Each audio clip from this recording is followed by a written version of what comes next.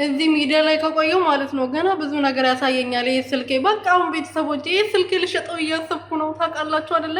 ሩቲ አንቺ ምን አርገሽ ነው? ምን አጥፍተሽ ነው? ጭራሽ ልጅሽን ይዘሽ እሱ እግር ተደፍተሽ ይቅርታ ልጠይቂው የምትሞክሪ ምን አረግሽ አንተ? እሱ አይደለ እንደ ጉዳሽ እየበደለሽ ያለው እሱ አይደለ እንደ እያሰቃየሽ ያለው? ለምንድን ነው አንቺ ይቅርታ የምትጠይቂው?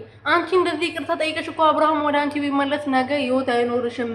ህይወት ሊሆንሽ አይችልም። ይሄ ሰው የራሱ ስህተት ሰርቻለሁ፣ አንቺን በድዬሻለሁ፣ ልጄን በድያለሁ፣ ይቅር በይኝ ብሎ እሱ መጥቶ ይቅርታ ሊጠይቅሽ ሲገባ አንቺ ለምንድን ነው ይቅርታ የምትጠይቂው?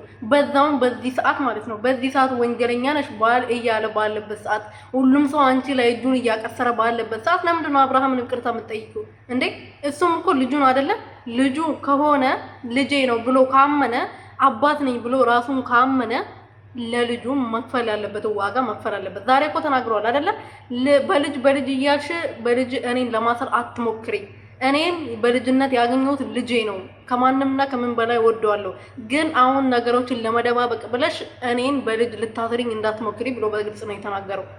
እንዴ ኧረ ሩትዬ ተይ ግን ተይ፣ በቃ ስልኬ ልሸጠው ነው። ቤተሰቦቼ ከዚህ በኋላ አታገኙኝም። በጣም ተናድጃለሁ። እንዴ ሩትዬ ተይ ግን እንደዚህ አታስከፊን። ተይ ግን ራስሽን እንደዚህ አታዋርጂ። ተይ እኔ እናት ተይ ግን ለኦዲየንሶች ክብር ይኖርሽ። ተይ በዚህ ሰዓት ስምሽን ማጥላት ባለብሽ ሰዓት ጭራሽ ልጅሽን ይዘሽ እግሮሽን ተደፍተሽ ይቅርታ ልትጠይቂው?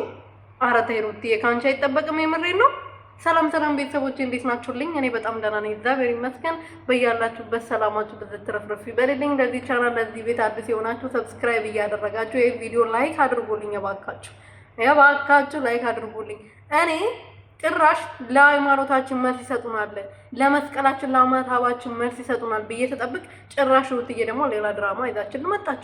ጭራሽ ልጇን እዛ ይቅርታ ልትጠይቀው። ምን ባደረግሽ? ምን በበደልሽ? የተበደልሽው አንቺ፣ ተበዳዩ አንቺ ላይ ነው የተጫወተው። ያንቺ ህይወት ነው ሲኦል ያደረጉት። ለምንድን ነው ኤፋ ራሱ እዛ ጋር ቆሞ እንደዛ ሳያት የነበረው? እንደዛ ስታደርግ ለምንስ ይዟት ሄደ? ይሄንን ሀሳብ ስታመጣ ምን ስላደረገች ነው ይቅርታ የምትጠይቀው? ይቅርታ ጠይቀች ማለት እኮ እየተባለችው ያለው ነገር ጥፋቱ እኮ አመነች ማለት ነው።